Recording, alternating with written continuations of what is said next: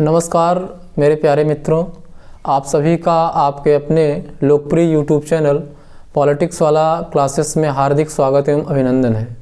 मित्रों, आज का जो हमारा टॉपिक है वो है निःशस्त्रीकरण से संबंधित जो संधियां हुई हैं उस पर आज हम चर्चा करेंगे। और मित्रों, ये निःशस्त्रीकरण के संबंध में जो भी संधियां हुई हैं इनसे एग्ज़ाम में बराबर क्वेश्चन आता है। और चाहे वो आपका यूजीसी नेट का एग्ज़ाम हो, हायर का एग्ज़ाम हो, पीजीटी हो, जीआईसी हो, वो बराबर हर एग्ज़ाम में इससे संबंधित क्वेश्चंस आते रहे हैं। इसलिए निःशस्त्रीकरण के संबंध में जो संधियां हुई हैं आज हम उस पर चर्चा करेंगे। और मित्रों, आज मैं अपनी बात मार्गेंथाउ के एक स्टेटमेंट से करता हूँ, मार्गेंथाउ के एक कथन से करता हूँ। मार्गेंथाउ जो कि इंटरनेशनल पॉलिटिक्स का एक बहुत ही महत्वपूर्ण विद्वान है, एक लीडिंग पर्सनालिटी है, जिसने इंटरनेशनल पॉलिटिक्स में यथार्थवाद को एक सिद्धांत का रूप दिया, यथार्थवाद को अंतर्राष्ट्रीय राजनीति का एक महत्वपूर्ण सिद्धांत बनाया और उसने यथार्थवाद को एक परिष्कृत परिमार्जित स्वरूप में प्रस्तुत किया। तो मार्गेंथाउ ये कहता है निःशस्त्रीकरण के संबंध में कि निःशस्त्रीकरण के प्रयास का इतिहास अधिक असफलताओं और कम सफलताओं का इतिहास है। इस स्टेटमेंट से आज का लेक्चर शुरू करने के पीछे हमारा ये उद्देश्य है कि देखिए, मार्गेंथाउ ने जो ये बात कही है निःशस्त्रीकरण के संबंध में वो बिल्कुल सही है, क्योंकि हम आपको दिखाएंगे मतलब निःशस्त्रीकरण के संबंध में जितनी भी संधियां हुई हैं वो चाहे सेकेंड वर्ल्ड वार के पहले हुई हैं, चाहे वो सेकेंड वर्ल्ड वार के बाद हुई हैं, तो उसमें आप ये पाएंगे कि जितनी भी संधियां हुई हैं तो उसमें अधिक से अधिक संधियां असफल ही हुई हैं, वो सफल बहुत कम हुई हैं, सफल हुई हैं तो आंशिक रूप में ही हुई हैं। तो मार्गेंथाउ जो ये कहता है वो निःशस्त्रीकरण के संबंध में बिल्कुल सही कहता है। और इस संबंध में जो भी संधियां हुई हैं निःशस्त्रीकरण के संबंध में, यदि हम इस पर नज़र डालें, इसका जो इतिहास रहा है निःशस्त्रीकरण के संबंध में जो भी संधियां हुई हैं, तो उसमें हम उसके अध्ययन की दृष्टि से उसे हम दो भागों में बांट सकते हैं। एक सेकेंड वर्ल्ड वार के पूर्व की संधियां और एक सेकेंड वर्ल्ड वार के बाद की जो संधियां हुई हैं। तो इस संबंध में जो सेकेंड वर्ल्ड वार जो कि 1939 से 1945 तक चला है, यदि इसको हम निःशस्त्रीकरण के संबंध में एक पिलर मान लें, एक विभाजक रेखा मान लें सेकेंड वर्ल्ड वार को, तो एक सेकेंड वर्ल्ड वार के पहले जो संधियां हुई हैं इस संबंध में, और दूसरा जो सेकेंड वर्ल्ड वार के बाद जो संधियां हुई हैं, तो इससे हमको चीज़ों को समझने में आसानी होगी, चीज़ों को पढ़ने में आसानी होगी। और ये सेकेंड वर्ल्ड वार एक पिलर है, एक विभाजक रेखा है कि इसके पहले इस संबंध में क्या प्रयास हुए और इसके बाद इस संबंध में क्या प्रयास हुए। और मित्रों, एग्जामिनेशन के पॉइंट ऑफ व्यू से जो सेकेंड वर्ल्ड वार के पूर्व की जो संधियां हैं वो कम महत्वपूर्ण हैं, उस पर हम ज़्यादा फोकस नहीं करेंगे। ज़्यादा फोकस हमारा रहेगा ये जो बाद की संधियां हैं सेकेंड वर्ल्ड वार के बाद की, क्योंकि एग्ज़ाम में निःशस्त्रीकरण से संबंधित जितने भी मतलब क्वेश्चन आते हैं उसमें से maximum question second world war के बाद जो भी संधियां हुई हैं डिसआर्मामेंट के संबंध में वहीं से आती हैं। और इसमें यदा कदा रेयर केस में सेकेंड वर्ल्ड वार के पहले की जो संधियां हुई हैं वहाँ से क्वेश्चन आते हैं।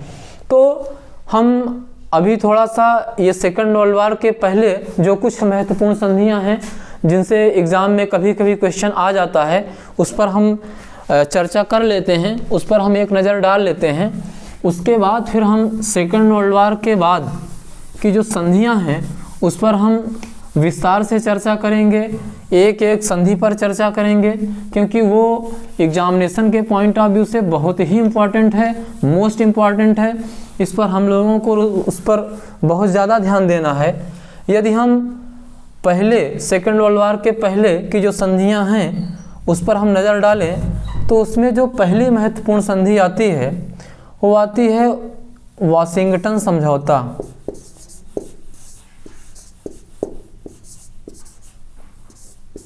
वाशिंगटन संधि।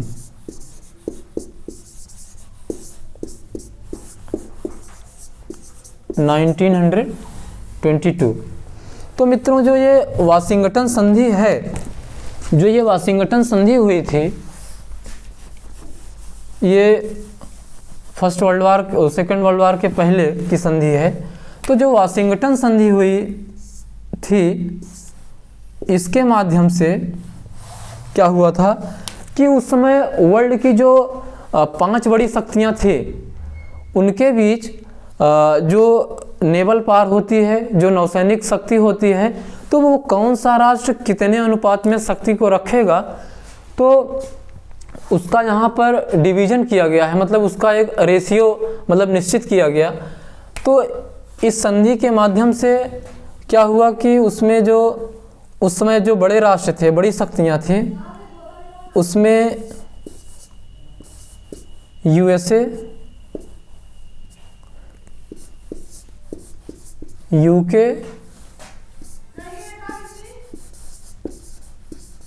Japan,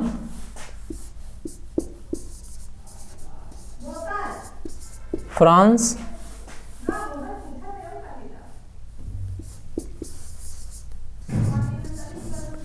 Italy, USA, UK, Japan, France, Italy, उस समय ये बड़े राष्ट्र थे, बड़ी शक्तियाँ मानी जाती थीं। तो इसमें क्या हुआ कि इस संधि के माध्यम से जो नौसैनिक शक्ति के संबंध में एक रेशियो बनाया गया, तो उसमें ये फिक्स किया गया कि ये रेशियो बनाया गया 5 रेशियो 3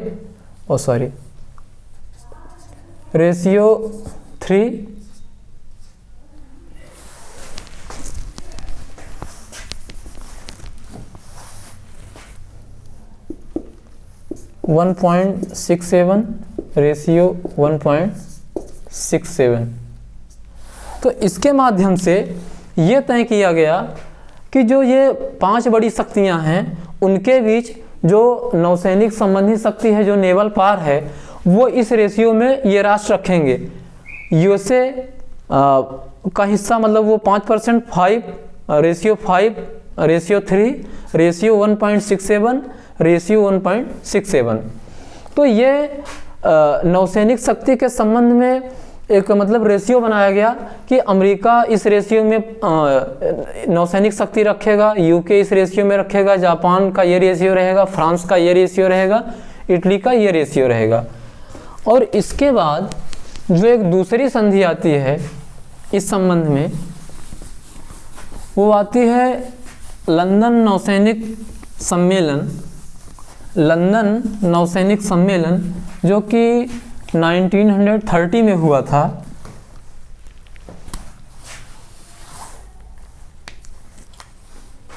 लंदन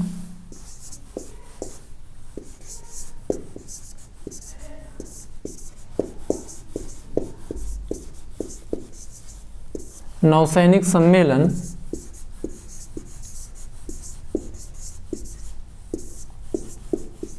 1930। मित्रों इसमें ये क्या हुआ, इसमें हुआ ये कि जो वाशिंगटन संधि थी उसमें जो रेशियो था 5 रेशियो 5 रेशियो 3, मतलब जापान का रेशियो 3 था। तो इसमें क्या किया गया कि जापान को इस संधि के माध्यम से जापान को अमेरिका और ब्रिटेन के बराबर नौसैनिक शक्ति रखने का रेशियो प्रदान किया गया, अमेरिका और ब्रिटेन के समान।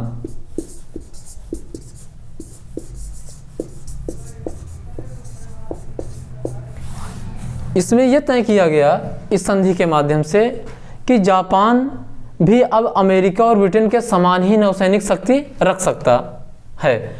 मतलब कि नौसैनिक शक्ति रखने के संबंध में जापान को अमेरिका और ब्रिटेन के समान दर्जा प्रदान किया गया। अमेरिका और ब्रिटेन के बिल्कुल एकदम समान स्तर पर उसको रख दिया गया कि भाई आपका भी रेशियो इस संबंध में 5 होगा जापान का। और इस संबंध में जो अगली संधि आती है वो है केलांग ब्रिएंड समझौता। वो है केलांग ब्रिएंड पैक्ट।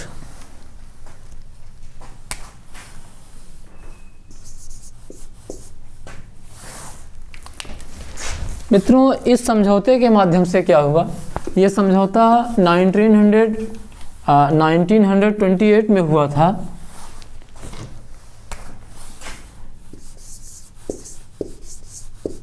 केलांग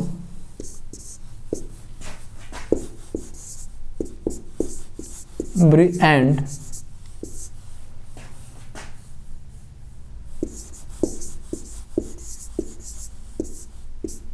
1928।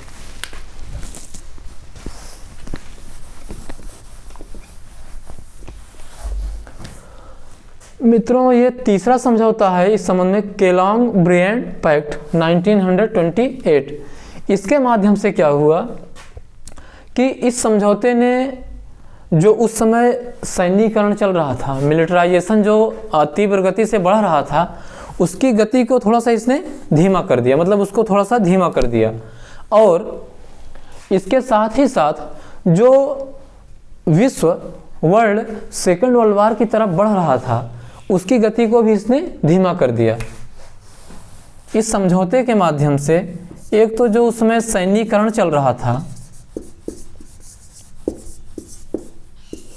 उसकी गति को धीमा कर दिया, और दूसरा जो द्वितीय विश्व युद्ध की तरफ जो विश्व बढ़ रहा था उसकी गति को इसने धीमा कर दिया इस समझौते के माध्यम से। क्योंकि मित्रों देखिए, ये वो समय है जब 1920 में लीग ऑफ नेशंस की स्थापना हो चुकी होती है। 1920 में लीग ऑफ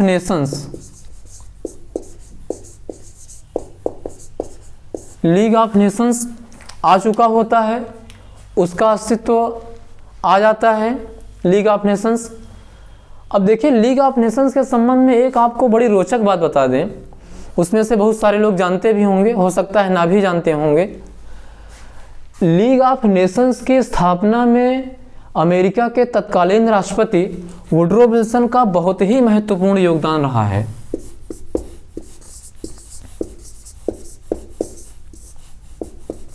वुडरो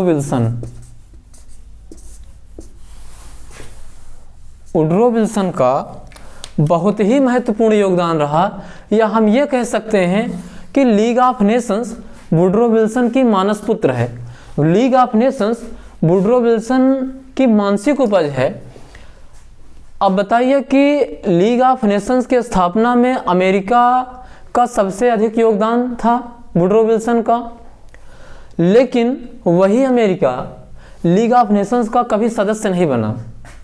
मतलब कि जैसे कोई व्यक्ति कोई संस्था बनाता है कि भाई हम इंटरनेशनल लेवल पर पीस एंड सिक्योरिटी आए, उसके लिए हम प्रतिबद्ध हैं, कटिबद्ध हैं, ये संस्था होनी चाहिए, इससे क्या होगा कि पूरे के पूरे मतलब वैश्विक स्तर पर शांति होगी, स्थिरता आएगी। लेकिन जो व्यक्ति या जो राष्ट्र उस संस्था की स्थापना के संबंध में इतना महत्वपूर्ण रोल प्ले किया, इतना ही केंद्रीय भूमिका निभाया, वही राष्ट्र उस संगठन का सदस्य न बने। बताइए कितना विरोधाभास है अपने आप में कि अमेरिका के राष्ट्रपति वुडरो विल्सन ने लीग ऑफ नेशंस की स्थापना में महत्वपूर्ण भूमिका निभाई, लेकिन अमेरिका लीग ऑफ नेशंस का कभी सदस्य नहीं बना। अमेरिका कभी लीग ऑफ नेशंस का सदस्य नहीं बना। तो ये अपने आप में कितना विरोधाभासी बात है कि भाई आप एक संगठन की स्थापना करते हैं कि इंटरनेशनल लेवल पर पीस एंड सिक्योरिटी आए, शांति एवं सुरक्षा की स्थापना हो इंटरनेशनल लेवल पर, उसके लिए आपने एक संगठन भी बनाया, लेकिन आप ही उस संगठन के सदस्य नहीं बन पाए क्योंकि अमेरिकी सीनेट ने राष्ट्रपति के इस समझौते को रेटिफाई नहीं किया और अमेरिका लीग ऑफ नेशंस का सदस्य नहीं बन पाया कभी भी। तो इस केलांग ब्रिएंट पैक्ट के माध्यम से क्या हुआ कि उस समय मित्रों समझिए कि इंटरनेशनल लेवल पर इतनी ज़्यादा मतलब एक प्रकार की भागा दौड़ी थी, मतलब इतनी ज़्यादा एक प्रकार से मतलब डर था कि राष्ट्र ज़्यादा से ज़्यादा अपने को सैनिक दृष्टि से मजबूत बनाना चाहते थे, वो मिलिटराइजेशन की तरफ बढ़ रहे थे और विश्व सेकंड वर्ल्ड वार की तरफ तेज़ी से बढ़ रहा था। लेकिन इस समझौते के माध्यम से क्या हुआ कि सैन्यीकरण की प्रक्रिया और सेकंड वर्ल्ड वार की ओर जो विश्व बढ़ रहा था उसकी गति को थोड़ा सा धीमा कर दिया, लेकिन ये उस चीज़ को रोक नहीं पाया, ये सैन्यीकरण को रोक नहीं पाया, ना ही विश्व को द्वितीय विश्व युद्ध से बचा पाया ये समझौता। और इस क्रम में एक और महत्वपूर्ण समझौता है, इस क्रम में एक और महत्वपूर्ण समझौता है, वो ये है कि विश्व निःशस्त्रीकरण सम्मेलन, विश्व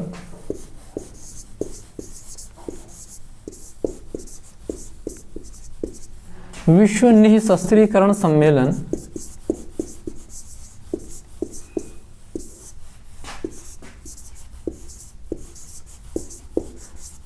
विश्व निःशस्त्रीकरण सम्मेलन 1932-34। मित्रों ये समझौता भी बहुत ही इम्पोर्टेंट समझौता है जो कि सेकेंड वर्ल्ड वार के पहले की बात है। तो इस समझौते के माध्यम से निःशस्त्रीकरण की बात की गई, निःशस्त्रीकरण का प्रयास किया गया, लेकिन वो प्रयास अंततः असफल हो गया, उस पर कोई सहमति नहीं बनी। और इस मतलब ये जो प्रयास किया गया कि भाई इसके माध्यम से निःशस्त्रीकरण किया जाएगा, तो जो विश्व द्वितीय विश्व युद्ध की तरफ बढ़ रहा है, जो राष्ट्र मिलिटराइजेशन की ओर तेज़ी से दौड़ रहे हैं कि कहाँ से ज़्यादा हथियार कलेक्ट कर लिए जाएं अपनी सिक्योरिटी को सुनिश्चित करने के लिए, तो जब ये सम्मेलन भी असफल हो गया तो फिर उसके बाद ये जो सेकेंड वर्ल्ड वार की तरफ विश्व बढ़ रहा था वो गति और तेज़ हो गई और अंततः जा करके आप जानते हैं कि 1939 में सेकेंड वर्ल्ड वार प्रारंभ ही हो जाता है और उसके बाद सेकेंड वर्ल्ड वार चलता है। फिर यूनाइटेड नेशंस ऑर्गेनाइजेशन की स्थापना होती है, जो एक्सिस राष्ट्र थे उनकी पराजय होती है, जो यूनाइटेड नेशंस थे उनकी विजय होती है। तो वो आगे हम इसको बताएंगे इन चीज़ों को। तो इस प्रकार से आपने देखा कि जो डिसआर्मामेंट के संबंध में जो संधियां हुई, डिसआर्मामेंट का जो इतिहास है, तो उसको हम दो भागों में बांट करके देखते हैं। एक सेकेंड वर्ल्ड वार के पहले की बात है, मतलब एक सेकेंड वर्ल्ड वार के पहले जो भी संधियां हुई और उसके बाद जो संधियां हुई। तो मित्रों पहले जो संधियां हुई उन पर हमने एक संक्षिप्त चर्चा कर लिया जो एग्जाम के हिसाब से महत्वपूर्ण थी। हालांकि पहले की संधियों से क्वेश्चन रेयर केस में आते हैं, मैक्सिमम क्वेश्चन या आप कह सकते हैं कि लगभग सारे क्वेश्चन जो बाद की संधियां हुई सेकेंड वर्ल्ड वार के बाद की निःशस्त्रीकरण के संबंध में वहीं से आती हैं। तो अब हम जो सेकेंड वर्ल्ड वार के बाद की जो संधियां होती हैं, जो यूनाइटेड नेशंस ऑर्गेनाइजेशन के टाइम में सारी चीज़ें होती हैं, उस पर हम चर्चा करेंगे। और मित्रों इसमें बहुत ही महत्वपूर्ण संधियां हैं और इनसे बराबर क्वेश्चन आते रहे हैं और आएंगे भी।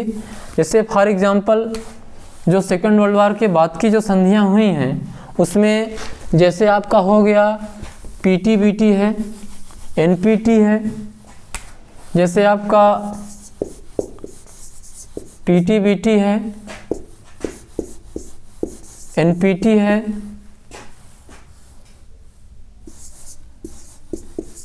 साल्ट है, स्टार्ट है, फिर आपका सीटीबीटी है। ये संधियां जो हैं आप समझिए कि इन्हीं संधियों से ही क्वेश्चन आते हैं एग्जाम में। जो डिसआर्मामेंट के संबंध में जितनी भी ट्रीटीज हुई हैं, जितने भी प्रयास किए गए इंटरनेशनल लेवल पर, वो इन्हीं 4-5 संधियों से ही क्वेश्चन आते हैं। और इसी में एक केमिकल वेपन से संबंधित भी संधि है और बायोलॉजिकल वेपन से संबंधित संधि है। तो यही जो 7-8 संधियां हैं, इन्हीं से क्वेश्चन आते हैं। और इन सारी संधियों पर हम विस्तार से चर्चा करेंगे। इनके क्या प्रावधान हैं, कौन संधि कब आई, कब उस पर सिग्नेचर हुआ, कब वो लागू हुई। तो ये सब बहुत ही अहम चीज़ें हैं और इन्हीं सब सारी चीज़ों से क्वेश्चन आ रहा है। इस पर इन चीज़ों पर हम विस्तार से सिलसिलेवार ढंग से चर्चा करेंगे इन संधियों पर। और अब हम इन्हीं संधियों पर चर्चा करेंगे, क्योंकि सेकेंड वर्ल्ड वार के पहले की जो संधियां हैं उस पर हम चर्चा कर चुके हैं।